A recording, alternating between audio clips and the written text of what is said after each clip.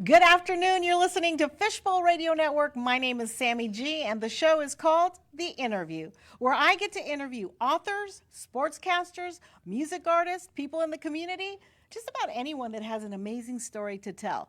But my favorite interviews are authors. Why? Because I'm a bookaholic. I love to read, and I just think it is so cool when somebody writes a book. You know, it's one of the top 10 things that people put on their bucket list that they want to do before they leave this earth is to write a book. But many of us don't, or maybe we start out like me. I've got a couple of books there in the computer, but I haven't gotten them edited or haven't got them published yet, or some people have the idea, but, they just never got to it. So I really respect and admire the people that actually get it done. They get it done. And today I have an author sitting here to the left of me, and her name is Anita Glaster. Anita, welcome. Thank you. Thank you for having me. You're welcome. I'm so excited because my favorite people to interview, like I said, are authors.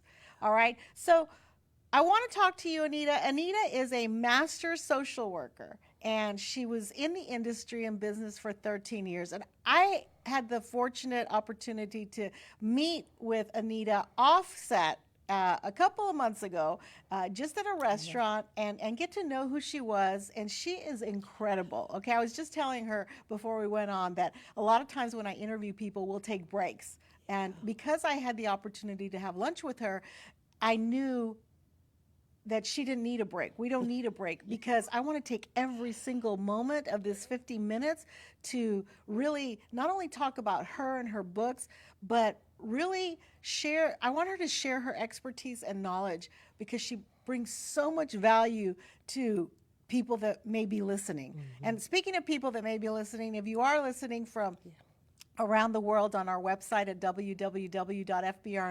I appreciate you. Thank you. And if you're watching on Facebook, thank you as well. Let us know who you are. You might get a shout out during the show. So Anita Glaster, you were such a joy that day that we had lunch to talk to. We had fun. And I learned so much, and so that's why I want to take every moment with you. As a master social worker, you have so much knowledge. But before we get started on your books, I want to find out. Well, I already know a little bit about you, but I want the listening audience to find out a little bit about you. Who is Anita Glaster? I mean, there's many facets to you, of course, but what do you want the public to know about you? I think the primary things that have stood out over my lifetime is that I have a keen awareness of understanding the plight of the underdog. Those whose voices haven't been heard. And so in being that way, I think it's given me a lot of understanding, personal understanding that comes from within, and also to be able to be that voice for others. And from our conversation when we were having lunch that day, it's not just your experience that you have where you show your receipts of your background and your education. It's also personal experience. Yes. You've also lived it because sometimes there's people that have book smarts, but maybe they don't have life experience or what they call street smarts. You have both. You not only have lived through some things, but you've also got the educational receipts to back it up. So tell us a little bit about your educational background. So, Sammi, it's a choice. When I left California to come here, I was leaving an abusive relationship, looking for safety. And my primary concern so do I sit here and just languish with the past that's not so good, or do I find out who I am, what I'm to be, and what God wanted me to be? And that was the question that I look back now on that actually has solidified and brought me to today. And so because I did have such introspection at the age of 22, 23, I think that it gave me a type of curiosity. And I think we need curiosity in life to be able to give us the fortitude to be challenged. Where do you think that originated from? That because again, as you mentioned, you were young, you were 20s, 22, early 20s. Where do you think that fortitude and that curiosity, where did that originate from? I think it originated from my mother. Okay. My mother wanted things different. She was coming through when the Vietnam War was going on. She was married. She was a young wife. And during that time, you have to ask yourself, and when I look back on those days and I understand the history of the war and men that had to go off to war and leave their wives and their children, I'm sure they asked themselves, what else is there? What's different? What can I do differently? What are the times allow me to do? And I don't think she was satisfied with what she saw as far as some of the dictates of womanhood, small town San Antonio. And I think she actually asked herself, what else is out there? I want to be different. I want to establish a new standard. And so because she set that standard for us as she raised us, it gave me a platform to be who I am. That is awesome. That is awesome. And I always say that, the root starts at home. It does. The root starts at home. And so you were fortunate to have a mom Yes. that was probably more progressive in her Yes. time, like mine, at Yes. that time. And like you said, of what was going on Yes. in that time. So you're in San Antonio, you go to California, Yes. you're in an abusive relationship, Yep. and then you have a child. Yes. When you escape that abusive relationship. Yes, ma'am. Wow. Yes. So I don't want to dive too much into that, but I know that there are many people that may be listening out there that might be in that same situation and wondering, is there a way to get out of this? How can I get out of this? Or they might feel like, I see no way out. What would you give them as advice? It might take you a few times to get out, but 75% of women do leave. It takes several times.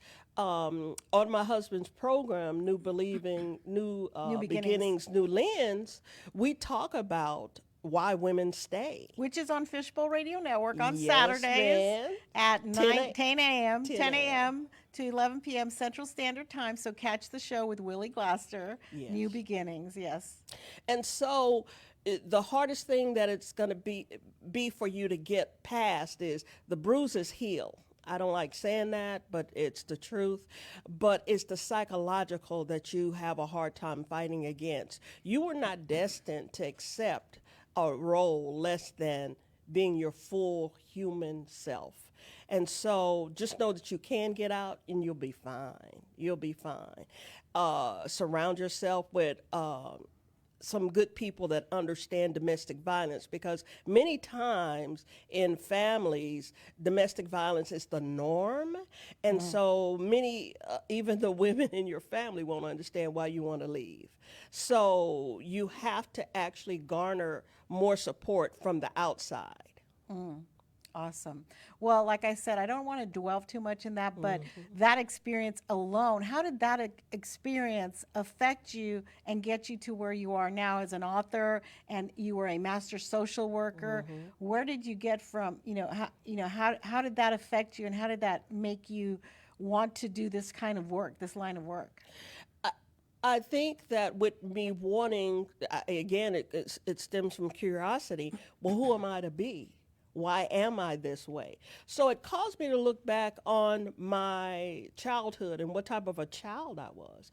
I think that abusive relationship exposed some of my down sittings. And it's in your down sittings that you're able to look at yourself to see, what was it that I was attracted to? Why do I keep going through this type of relationship? What is my mainstay? What are the things that I feel like I need from a relationship like that? So a lot of times it's introspective. Yes, it's all introspective. And I hear a lot of times in relationships when someone's in a relationship and they said, well, I'm not going to do marriage, I'm not going to do relationships that don't work out. Well, it's not the relationship, it's not the institution of marriage. You have to then start looking at yourself and start seeing and understanding your patterns. And I think that's what started my journey to here. I think I've remained curious. I've remained courageous, because a lot of times when you're curious, it causes you to go into new territory. Territory maybe that some of your closest friends or family members aren't willing to actually address. Right. And sometimes you're alone in that walk. But when you see the excitement and the growth afterwards, it continually attracts you and draws you to do more and more. Awesome. So if somebody wanted to go to your website, when they got there, what would they find? What kind of resources or what are they going to find on your website? And if you can give us the website address, and our producer Angelo, if you could put that on the chat for people that are watching. And if you happen to be driving, don't worry. This interview stays on the Facebook page for 30 days, so you can always go back and check it out. In addition, tomorrow it'll be on Spotify, Google Podcast, Apple Podcast, and Amazon Music. Just search Fishbowl Studios, and you will catch this interview. Just look for the Sammi G Show, the interview. And so when we go to your website, what can we find on the website? Well, the website is anitaglaster.com. Now, I have an about, and that's about me and my background, just to solidify some of the information that's going to be in the books and some of my experiences that I wanted to bring to life in character form. And they won't find resources. I didn't want to continue to be working as a social worker.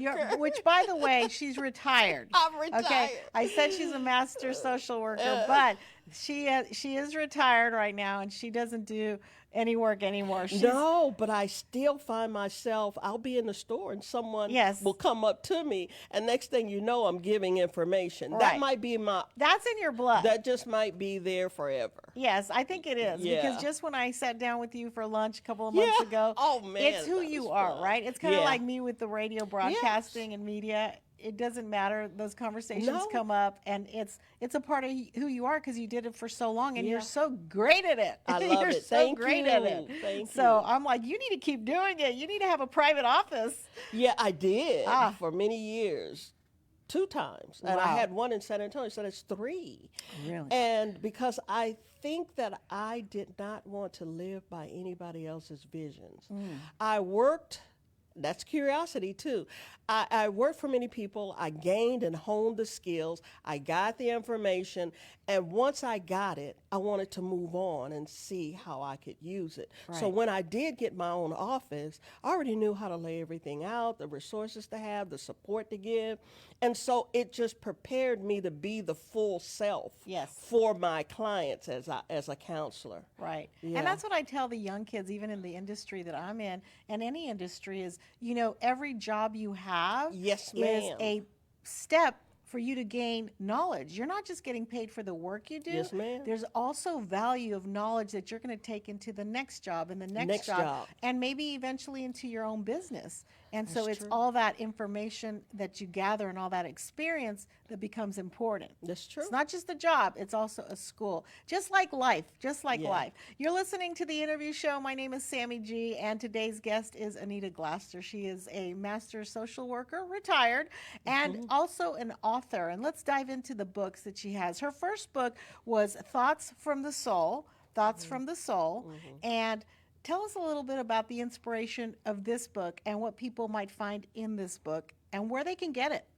Yes, ma'am. You can get that book on Amazon, Barnes & Noble, many book retailers. I don't know all of them, but many, once I put it on one platform, then it's available on many. So if you want to go straight to Amazon, you can. Well, that book was that was of necessity. When I did leave my first husband, I was trying to understand who I was. And many times I would go through these deep emotions and wouldn't have anywhere to express them. You know, it's hard to tell your feelings to somebody else and to get good feedback. And so I started journaling. And so my journaling, the journaling looked like poems. Wow. And so I started writing over time. I was a Sunday school teacher at a church. And many times they allow you to get up and speak, read scripture and things like that. So I was attracted to that. And I would take my poems and say them before church. And some people would say, hey, can I have a copy of that poem? Wow. And so it developed in that way. And so after that, I was encouraged to write in poetry form.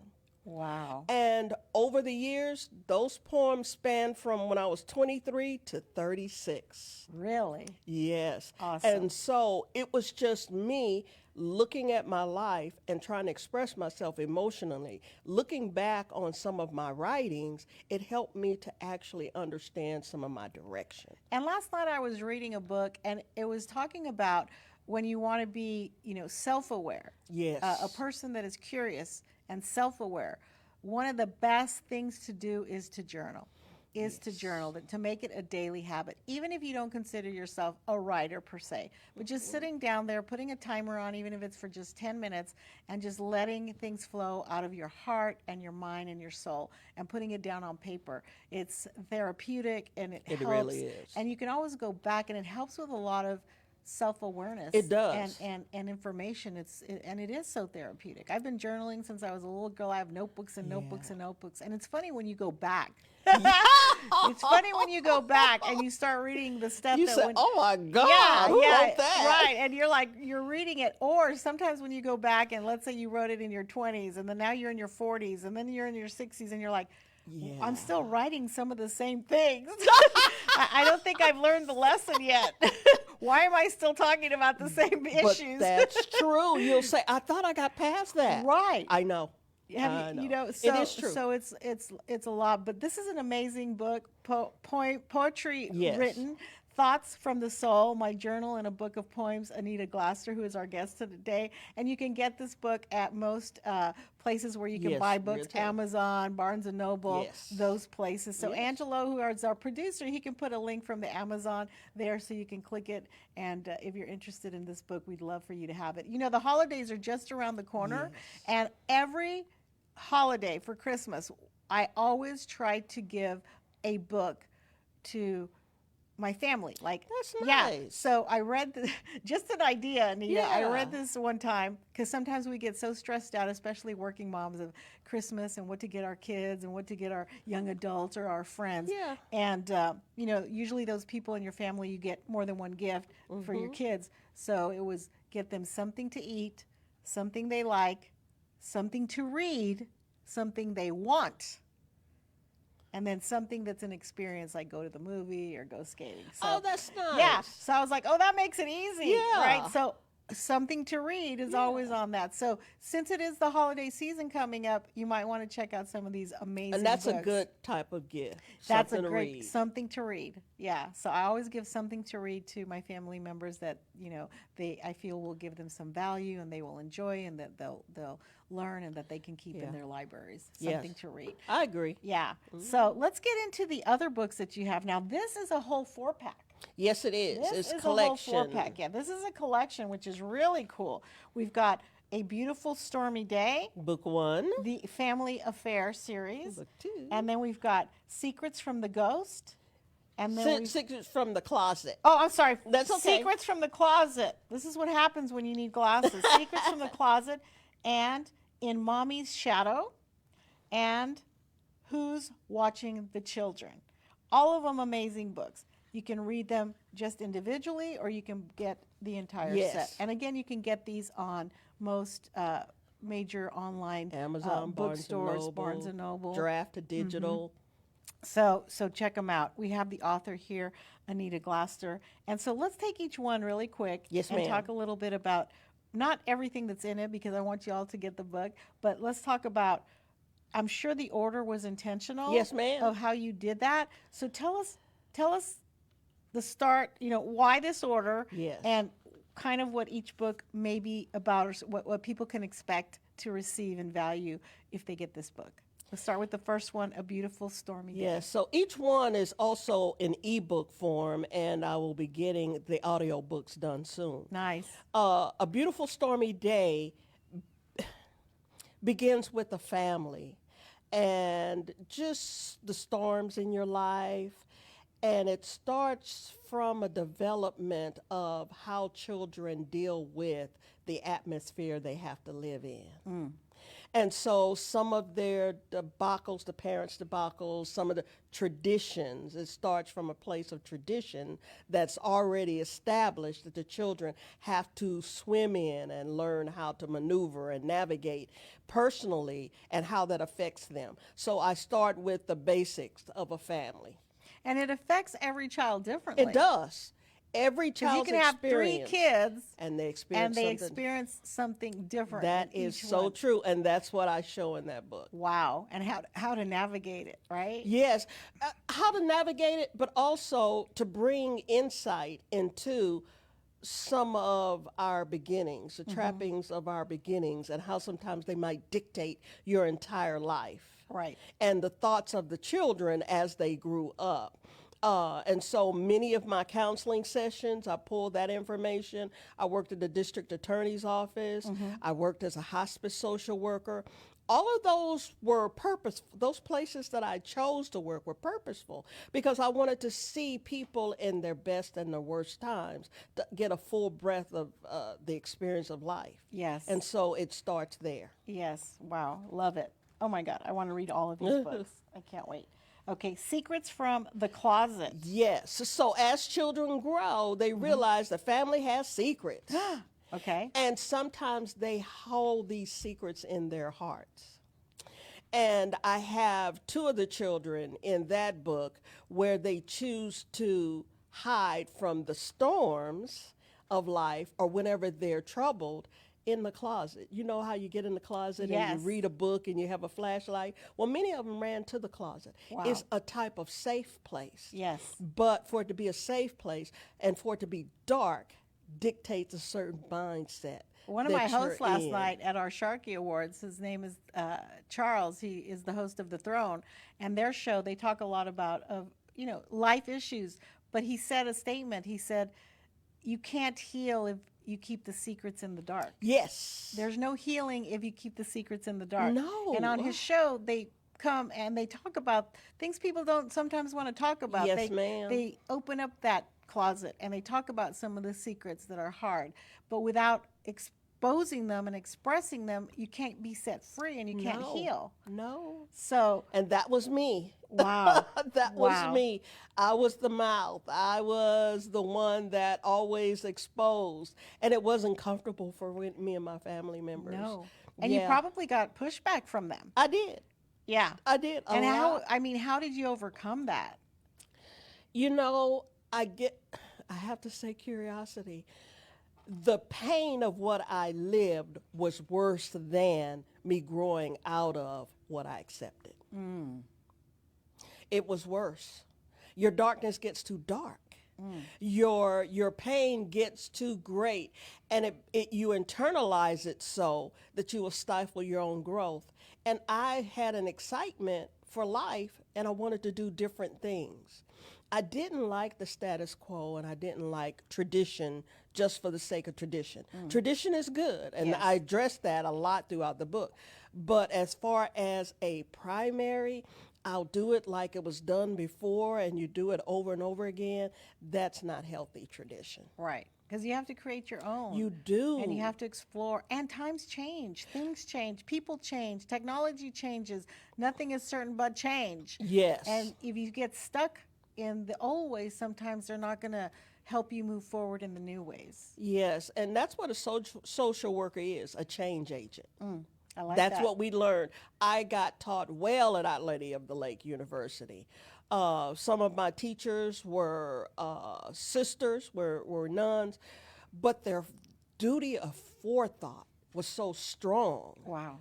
You don't just look forward for yourself, you look forward for others too. To serve. And so that was put in me at the university that I attended. Nice. In San Antonio. Yes, All right. ma'am. All right. So then we go to the third one, which is In Mommy's Shadow. In Mommy's Shadow. So talk a little bit about this. This one's interesting. And when we had our lunch a couple of months ago, we kind of discussed a little bit about this. Yes, So I kind of ma'am. know a little bit of insight. If you want to know more, you got to get the book. Got to get the book. But tell us a little bit about In Mommy's Shadow. It's just not mommy, but it's also father. It's also the elders that are around you.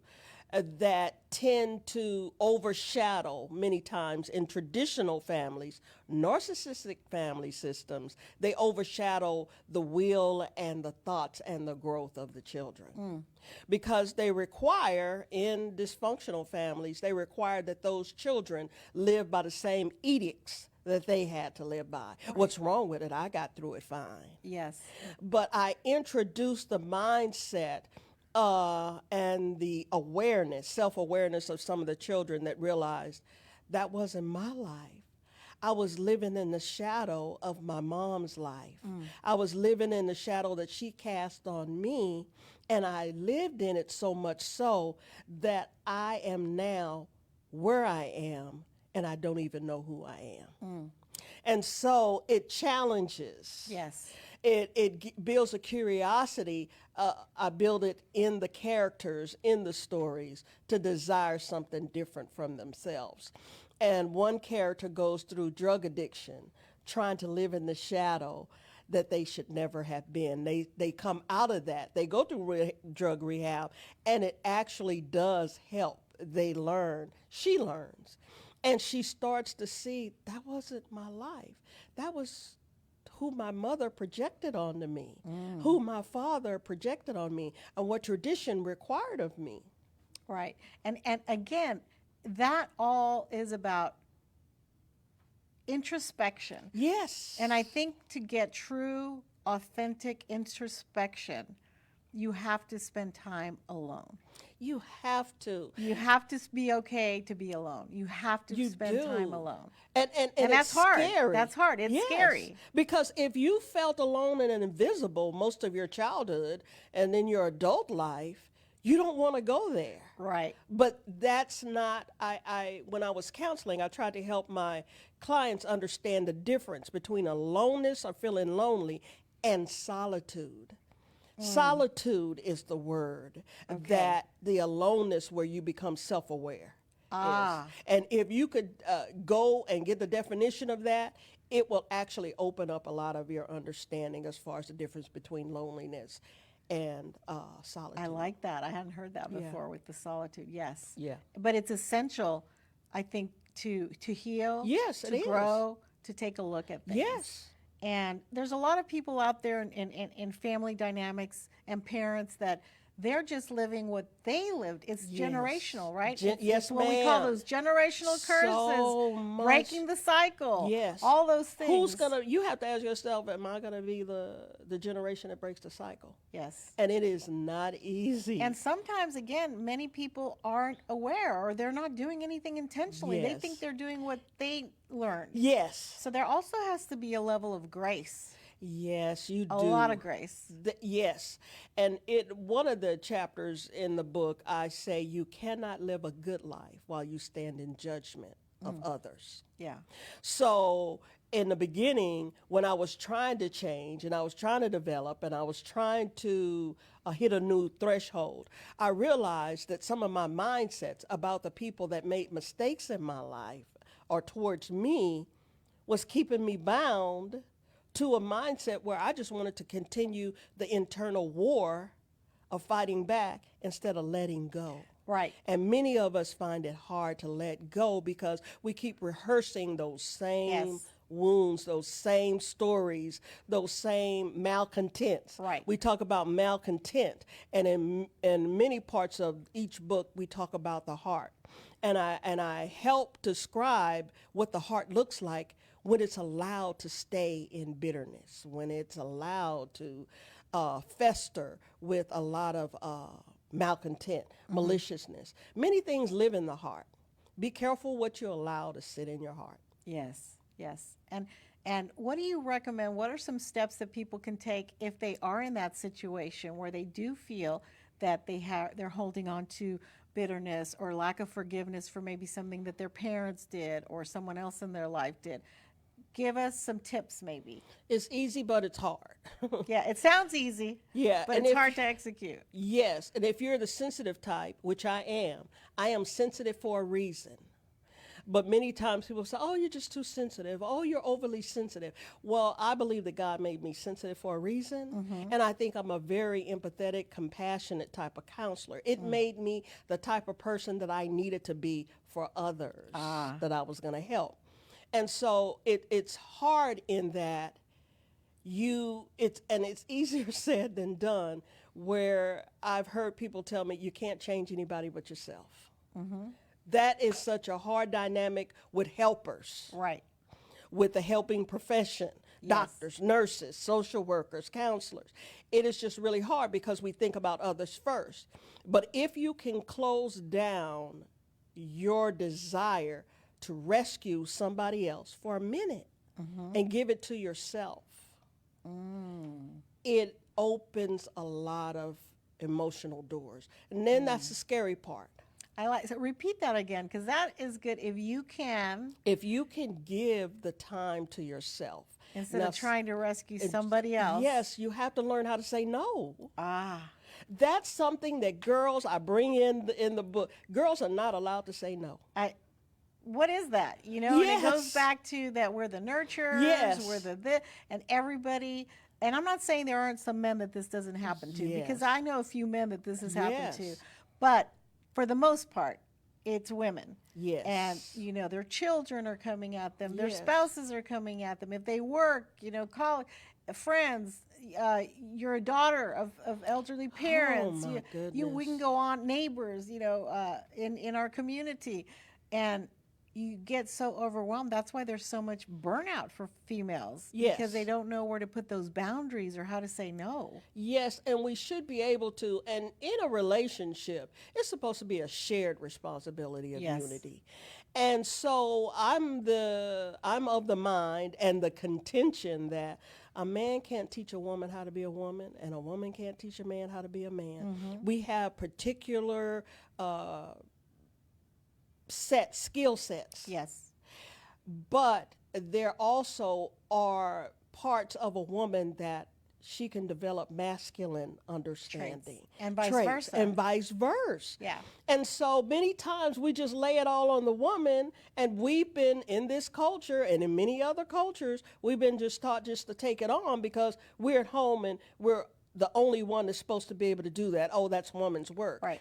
And I don't believe there's such thing. No, I agree. I don't either. And and there's an example, cooking. I am not the best cook, and nor do I like to cook. Yes. But my husband is a great cook. Yeah. And so I think it's almost like if you are a manager at a job or a coach in a team, you put the player where they best fit the role. So if he's better at cooking, that's huge, than I am, and cooking is perceived as the woman's job, why do you make your family suffer with my cooking when you can have a really good meal, right? Because that's the best person for the job. That's true, Sammi. So I don't think that there should be like these designated jobs that tradition says, well, that's a woman's job or that's a man's job. Let's put the best person for the job in the position. Yes. You know, that's how I see it. Yeah, and that flies in the face of tradition, especially when you're looking at spiritual life and the church. Right. A lot of that dictates comes from the pulpit. And I haven't ever been afraid, being an ordained minister, to actually show that. And many times, I think over the years, and you probably get pushback there too. I got a lot of from pushback. All the traditionalists and saying no, this isn't. And a lot is surrounded in those religious aspects. I got a lot. Oh, and I'm happy to hear that you as a minister have broken out of that tradition that has actually hurt so many people. Women and children. It hurts the weakest. Women and children. Exactly. Women and children. Women and children. And intended to. Yes. For power and control. That's the bottom line. For power and control. And that's what domestic violence is about. Power and control. Power and control. Right. But a lot of times you don't see it. Yeah. Because you're in it, you were raised in it. It's just the way it is. And there are the evilness of it, the unfairness of it, stems from many women that have grown to believe the same thing. Yes. So when you think you might have a comrade in arms, many times you'll sit and talk to an older woman probably. Right. And she just tells you to accept it. It's just the way it is. It's your cross to bear. Yes. That And was that's a big not one. the right kind of cross. That was a big one in my Latin culture. It's your cross to bear. Oh man, I work with the Hispanic Right. culture so much in San Antonio. Yeah. Yeah. So a lot of the Catholic guilt. Yes, ma'am. A lot of the it's your cross to bear. Yes, ma'am. A lot, so those are things that have to be unraveled over time. Yes, and And it I takes believe, time. I am a strong believer that everyone, and especially in our cultures, your culture Yes, and mine, yes. that everyone should have a social worker, a therapist, a Yeah. counselor, someone that can talk I agree. to them. I agree. So all right, so this one is in Mommy's Shadow. Our next one is Who's Watching the Children? All right, tell me about this one, Anita. So everything from the first three culminates into the last book where there's murder. I can't write a book where nobody's killed. You gotta have that. Somebody has to die. Who done it? Who done it? You gotta have the who done it. And I've talked to many other social workers and counselors. We have an affinity to binge watch crime shows, true crime Wow. shows where there's murder, blood. I don't know, we might need the drama. But when you do not watch and understand the tenets of the heart and how powerful the heart is, you let things fester there. Bitterness, anger, malcontent, disadvantages that seem to sit and you can't get past. So we have one character that we always say murder is senseless, and it is. When you look at where it culminated from, it was a small thing that developed into a big one, but because you did not give your mind the opportunity to be curious about why things are the way they are. When I was getting my master's degree, I was working in the victims advocacy section doing my internship, and there was a doctor there, and I was talking about domestic violence, and I said, Dr. So-and-so, I can't remember his name. I said, how is it that 4 children grow up in the same house? There's violence in the house, but one of the children doesn't become violent, but the other 3 do. And he said, oh, in my research, Anita, what I found is that one child asked themselves, why are things this way? The other 3 just say, this is how things are. Oh, that's a good one. That's a write it down moment. Yeah. Okay, that's a write it down, like Oprah says, Yes, a tweetable moment. yes. So say it again. One child asked, why are things the way they are? Curiosity. Curiosity, and that's the duty of forethought. And the other 3 say, this is just the way things are. And they accept it. And they will live by the same tenets, the same understanding, and do the same rote behaviors that the generations had done before. Wow. And I can see that in my own family's life, in my dad's family's life, where there was alcoholism in the family. Yes, we had alcoholism. And so he was the one that was the curious Yes. one and didn't follow that route because Yes. had to ask, why are things like this? Yeah, why wouldn't you? Yes. I'm scared And I at saw the night. ones that didn't and Yes. said, this is the way it is, and This is followed just that pattern. Wow, that is really And it's good. just that That's easy good. and that simple to be tripped up. Yes. And I have people on my couch 57, 60, 62, 67. And I would ask, and so you never thought about that? No, never. And I said, well, let's go back. And so we would let's explore if you ever got an inkling that something wasn't right. Right. Not once did anybody say no, there was never. Wow. Over their lives. And again, also, different things affect people in a different way. Yeah. One of my friends, Latanya, who's a therapist, says, you can have somebody get in a car accident and then they get traumatized and they don't want to drive anymore, and it takes them a couple of months to That's even true. get behind the wheel. That's true. Then you have another person gets in the same type of accident, and they're in their car the next day, their rent a car, going back to work, and they're Yeah, fine. I have to get this done. Yeah. And you need to something that you're looking forward to. Right. Because your soul looks for a goal in life. It looks for its purpose. But trauma affects people differently. It does. But you know what I say in the book? It's no excuse. Ah, okay, I like that. There's none. Yes.